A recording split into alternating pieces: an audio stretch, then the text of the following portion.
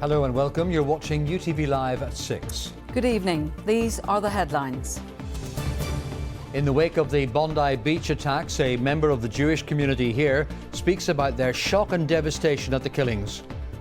One of our community, his daughter, was at the event and had to run for her life. The Charity Commission launches an inquiry into the Presbyterian Church to ensure that concerns over safeguarding are addressed. And homeowners are urged to make fire safety a priority after 4 people lose their lives in 3 days. Also tonight, Black Santa is back, but this year he's cruising into town as he prepares for his annual sit-out. And we have further spells of dry and bright weather to look forward to tomorrow, ahead of a change on Wednesday. I'll have all of the details later with the forecast.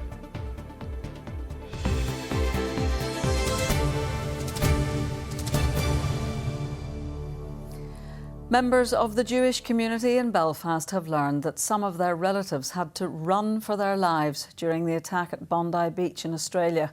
15 people were killed in the shooting in Sydney, which targeted a Hanukkah celebration yesterday. The small Jewish community here is in shock over the killings and has praised the police, who are now increasing visibility around locations which represent Jewish communities in Northern Ireland. Here's our correspondent, Vicky Hawthorne. The desperate response by those whose lives were under threat.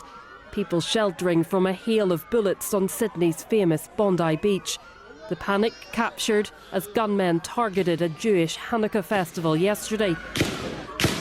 The local Jewish community has been hearing the survival stories from those who were there.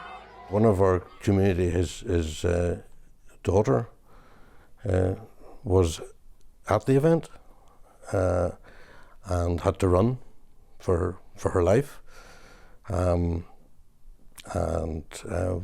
Other members of the community, I have a nephew, and they were at Hanukkah events, but not the one on Bondi Beach. So, yes, it's. I can't imagine what it was like. 15 people, including a 10-year-old girl, were killed in the attack, believed to have been carried out by a father and son. One was shot by police and died. The First and Deputy First Ministers issued a joint statement in the wake of the shootings, describing it as a sickening attack. I think what we're seeing is a rising tide of anti-Semitism again, right across, including across the globe. That is incredibly worrying. You only have to look on social media to see many of those comments. It is absolutely wrong. We must stand united against anti-Semitism. I think what's happened is really, really worrying, and we need to protect and support our Jewish communities. Well, the world has become so small now, and everybody knows someone, and particularly in Sydney, which has such a big Irish community as well. So it's really important at times like these here that we offer our support to one another. The PSNI has increased patrols at a number of locations in Northern Ireland to offer support and reassurance to the local Jewish community. Police here are very good. I can't praise them highly enough. And they were on the phone straight away, Chief Constable, say that they've put things in place, and it's very reassuring. And how does it make you feel that these steps are having to be taken? Well, it's crazy that you have to have security around Jewish places of worship, Jewish schools, etc. in this day and age. Vicky Hawthorne, UTV Live. A senior committee of the Presbyterian Church in Ireland has recommended a review of governance, culture and integrity issues, as well as significant changes to safeguarding. That's according to an internal report which describes the church as being in a shameful position. It comes as the Charity Commission launches a statutory inquiry with which the church will fully cooperate. Sarah Clark takes a look at the report, which will be debated at a special meeting in Belfast later this week. Well, the PSNI announced last month it was launching a criminal investigation into safeguarding concerns within the Presbyterian Church in Ireland. This new report will be debated publicly this Thursday at a special General Assembly in Belfast. In it, the Church again acknowledged the failings in safeguarding over a period of 13 years, which it said had resulted in some people being harmed by actions and inactions in the name of the denomination, and in some people being placed at unnecessary risk. It went on that in addition to safeguarding issues, there is an awareness that there are other significant matters that demand consideration, which may not fall under criminal charges, but involve governance, culture and integrity issues. This is a shameful position for part of the Church of Jesus Christ to be in, it said. In light of this, there is no alternative but for the Church to adopt a posture of a broken and contrite heart. A number of proposals are outlined, including the creation of a new safeguarding department, an independent external review of safeguarding, a review of the use of non-disclosure agreements, a task group to look at governance, culture and integrity, and splitting the roles of the General Secretary and Clerk of the General Assembly, which were in the past filled by the same person. Also today, the Charity Commission for Northern Ireland announced a statutory inquiry into the Presbyterian Church here. In a statement, it said that represented the highest level of investigation. In response to that, the police confirmed their work remains active, repeating safeguarding remains a priority for the PSNI. We take any information suggesting risk or potential criminality extremely seriously, and they urged anyone who's been affected or anyone that has information that may assist police to come forward. Sarah Clark. A woman in her 90s has lost her life in a fire in Lisburn. The blaze happened at a mobile home on Tansey Road last night. She was the fourth person to die here in 3 days. The Northern Ireland Fire and Rescue Service says it's very concerned about a dramatic rise in the number of fatal fires this year. Our correspondent Gareth Wilkinson reports. Blackened and charred, the damage that bears testimony to the ferocity of a blaze that destroyed a home and devastated a family. This house is in Arima Drive in Dunmurry, left gutted by the flames, which took hold in the early hours of Saturday morning. A smoke alarm helped a man in his 50s, as well as two girls aged 19 and 11 escape. But the fire claimed the life of a woman in her 40s. The third person to die in 3 separate fatal fires within a tragic 24-hour period in Northern Ireland. On Friday morning, a blaze broke out at a property in the Queen Victoria area of Belfast. A young man in his 20s was pronounced dead at the scene. And late on Friday night, a woman died in a house fire in the Abbey Park area of Bangor. I feel for the families that this is a terrible time of year to lose anyone. Nobody wants to lose anyone through a house fire. Now a total of 15 people have died in fatal fires in Northern Ireland this year. That's 3 times as many as last year.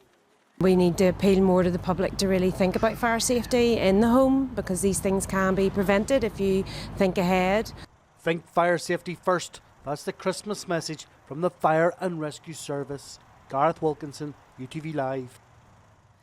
A County Antrim Gaelic footballer has admitted injuring a woman in a hit-and-run crash.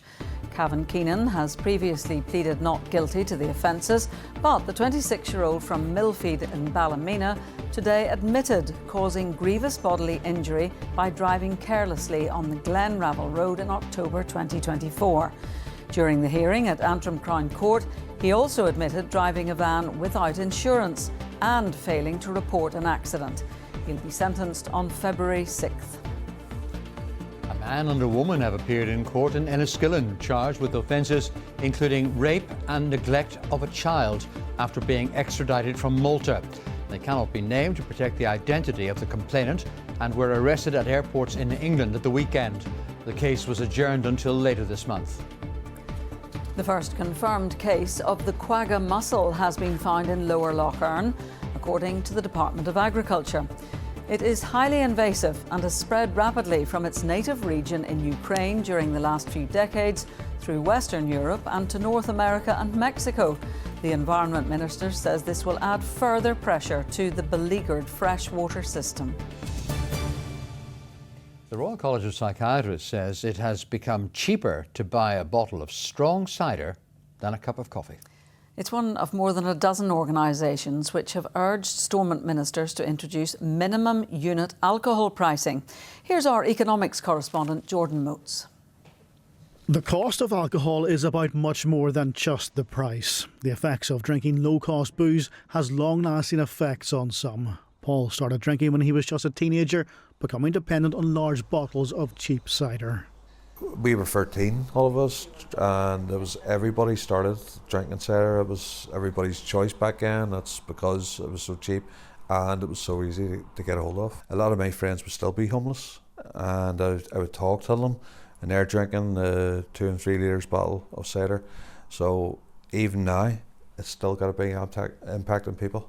Minimum alcohol pricing isn't a new concept here. It's been talked about for years. It's been in place in Scotland since 2018.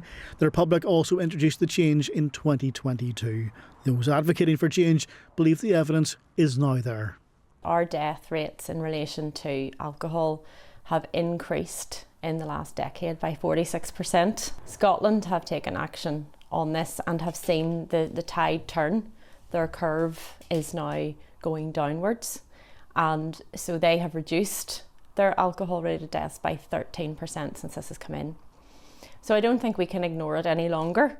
We know that our deaths are high and we need to take action on it. So how would this work? Well, in Scotland, for example, there's a 65p minimum price per unit. That means a bottle of whisky can't be sold for less than £18.20, a litre bottle of cider for £3.25, or a bottle of red wine for just over £6. Today, a group of 12 health charities, along with professional bodies, have written to Stormont ministers, urging them to introduce minimum unit pricing.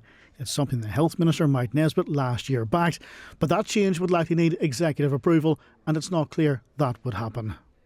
I think I would follow the evidence on this. If it works, let's look at that evidence. I think thus far it's been very disputed. It's still very early days in terms of the experiences from Scotland and in Wales, for example. So it instinctively feels like something that should work, but actually we need to look at the evidence to say, look, what's being targeted here? Because quite frankly, a huge amount of problem drinkers are not just drinking at that very low price point, entry point in terms of alcohol.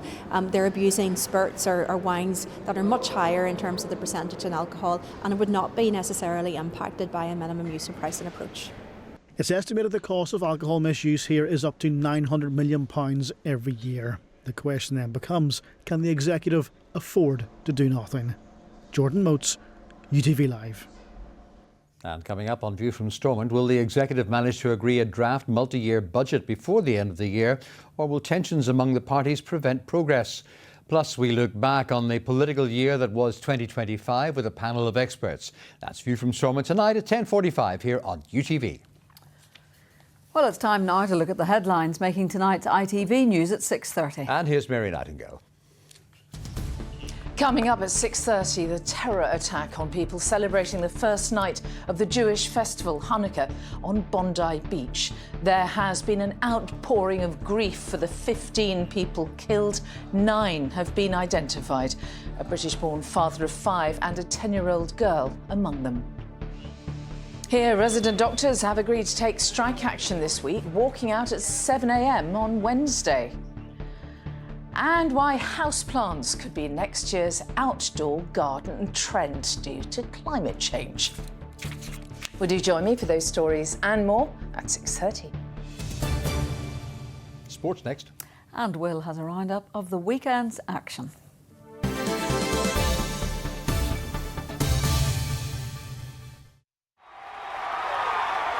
The atmosphere is electric. John Mulholland Motors, sponsors of UTV Sport. Good evening. We start with St Mirren, who Northern Ireland's Stephen Robinson has guided to the Scottish League Cup for just the second time in the club's history, while Conor McMenamin also played his part in the 3-1 victory over Celtic. The delight was clear for all to see as Stephen Robinson celebrated with his St Mirren fans after lifting the Scottish League Cup, his first major honour as a manager. The disparity in the league, the gap between the clubs, that top 6 is a huge achievement. It's massive. Europe is unthinkable for a club like St Mirren with the finances that we go up against. To win a trophy, everyone knows what winning a trophy is, so now we can tell people we've done that. St Mirren's win led to late night partying in Paisley as players and fans celebrated with the trophy, and there's now calls for Robinson to be given the freedom of the town. When you see banners, when you see the fans' reaction, I'm absolutely humbled. I don't really seek a lot of attention in life. I'm quite happy for my players to have it. I like to see them get the praise more than anything. They're never going to change their life at St Mirren with money. But you've just said that I'll get the freedom, they should have the freedom. They're the ones that will be remembered forever. St Mirren's win heaps more pressure on Celtic boss Wilfred Nancy, who has lost all 3 games since taking over from intern manager Martin O'Neill. I am the manager and I need to find solution to help the team to win. And I said this is a bit of frustrating for me because I know that we can do a little bit better. Meanwhile, O'Neill said in an interview this morning he'd have happily stayed on as Celtic boss if the board had asked. Well, Scottstown are the new champions of Ulster after an extra-time victory over Kilcoo in Saturday's football final. It's their first provincial title since 1989. Daniel Duffy was at the Athletics grounds for us. This was Rory Beggan at the full-time whistle of the 2023 Ulster Club final. They say time heals all wounds. Fast forward 2 years, he put on an exhibition. The goalkeeper helped himself to 11 points with a range of 2-pointers and 45s, while keeping the goals out at the other end. In a frantic game, Scottstown looked to be in control and on their way to victory, but Kilcoo's persistence paid off, forcing the match to extra time. The Monaghan champions found a spark. Beggan again involved. Conor McCarthy's 2-pointer a huge moment. The final say, though, was left to that man Beggan. Scottstown's 36-year wait for an Ulster crown ended. People have been yearning for a day like today, and just to be back among the best clubs in Ireland. That's we were lucky that we had men before put us in that position to be the best clubs in Ireland. Now there's 4 clubs left in Ireland, and we're one of them, and we're immensely proud of that. We're very lucky that Rory didn't get a contract in America. He's just an amazing man with an amazing skill set and an amazing mindset.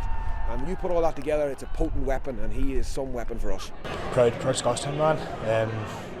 Absolutely love this club. Like they've backed me to the hilt, like through a tough enough inter-county career, like, and through injuries and stuff, like, and the joy and we're going to have it with this place is just going to be unbelievable. Like, and look, there's no better group to go and try and get the thing settled at this time next week and get ready for an All-Ireland semi-final. It's for days like these that you play football and you do the hard yards all throughout the year. And look, we have talent, but we have heart and ruthlessness. We have just the desire there today was just something serious, and look, I'm kind of lost for words, but I'm just so glad we got over the line. So an historic day for Scottstown as they got their hands on the Seamus McFerrin Cup for the first time since 1989. An inspired performance from goalkeeper Rory Beggan was key for the Monaghan champions. They'll enjoy their Christmas break before turning their attention to the All-Ireland series in the new year.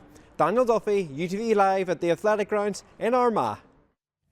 Well, Moneyglass's first All-Ireland ladies football final ended in heartbreak as they were beaten 2-8 to 1-5 at Croke Park by Galway and Connacht champions Kilkerran Clonberne. There was late heartache for Ulster in Europe on Saturday as they were beaten by Cardiff in the Challenge Cup. Despite leading 26 points to 12 at one point, they surrendered their lead in the Welsh capital, and Callum Sheedy won the game with a penalty with the final kick of the match. Mayo Bridges' Charlie Smith marked his home debut for the New Orleans Saints in style with a game-winning field goal from 47 yards with just 6 seconds left on the clock to help them beat the Carolina Panthers by 20 points to 17. It was the third game in a row he'd been elevated to the main roster from the practice squad, meaning the Saints must now sign him permanently if he's to continue as their kicker. It's just delighted to get the opportunity, and yeah, look, you know, we've got a great operation, and I never even have to think about the ball being in the right spot with the right hole because Zach and Kay are so good, and yeah, look, you know, just it was a cool moment, and one I'll never forget. Well, in the locker room after the game, Smith's teammates showed their appreciation.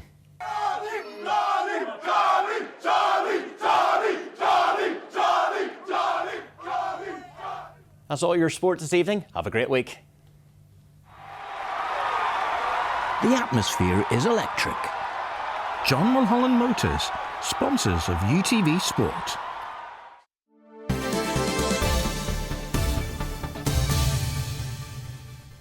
He's now a Christmas staple and the sight of Black Santa on the steps of St Anne's Cathedral this morning. marked the start of the Dean of Belfast's Sit Out for Charity. Now in its 49th year, and I remember the first, the annual appeal has raised millions of pounds for charitable causes over the festive seasons. Barbara McCann reports. It's not his traditional mode of transport, but Black Santa decided to switch it up a bit this year by crossing the loch with Sailability, one of the charities to benefit from his sit-out. Landing at the Big Fish at Donegal Quay, he was joined by his merry band in a sing-along on his way to St Anne's Cathedral. Dressed in his familiar clerical coat and Black Santa hat, the sight of the Dean of Belfast collecting donations on the cathedral steps heralded the start of the annual sit-out. Yes, we support over 100 local charities. They would tend to be smaller charities, charities that wouldn't have their own fundraisers. From right across the province, each of the charities doing amazing work, largely with volunteers, making sure that people of all sorts of different needs have real opportunity.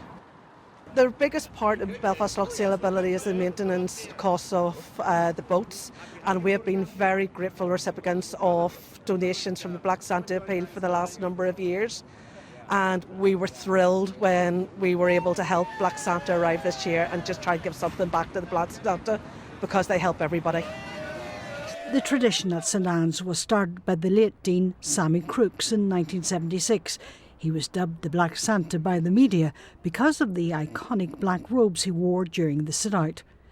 Since then, millions of pounds have been raised for charities here in what has become a firm festive favourite. 49 years is a long time, so a big anniversary for them next year. But I think everybody in Belfast knows now the tradition's here, and I hope a lot of people come down today and support it. So many charities, so many people need that little bit extra help, and we can't always rely on, obviously, government to do that, so it is nice that charities are there. Dressed in red or black, Santa spreads his goodwill to all around. Barbara McCann, UTV Live, St Anne's Cathedral. And so to the weather. And it's been a fresh day for most of us. Louise has the forecast. Whatever the weather, there's a warm outlook. UTV Weather, sponsored by the Grant Arona R290 heat pump. Hello there, good evening. We had plenty of fine, dry and bright weather around today.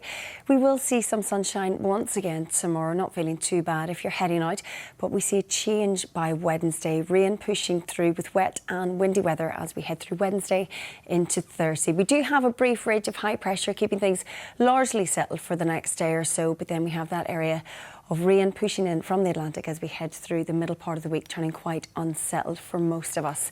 Tonight, though, staying largely dry with clearing skies. Under those clear skies, temperatures will fall away. A touch of frost will form in places with some pockets of mist and fog as we head towards dawn. Temperatures in the coldest rural spots dipping close to freezing or ever so slightly below as we move through the early hours. So cool and chilly start tomorrow. Frosty for some, mist and fog lingering for a time, but into the afternoon, plenty of bright and sunny spells developing. Staying largely dry, one or two very isolated showers pushing in across the west and northwest, and temperatures tomorrow reaching highs of 5 or 6 degrees Celsius with light winds, feeling quite cool and crisp if you're heading out. Across the rest of Ireland, it's a very similar story, largely dry and bright. Cool, crisp spells of sunshine, temperatures reaching highs of 7 or 8 degrees Celsius with a light breeze. However, thicker cloud will push in across western areas with a chance of 1 or 2 showers into the evening tomorrow.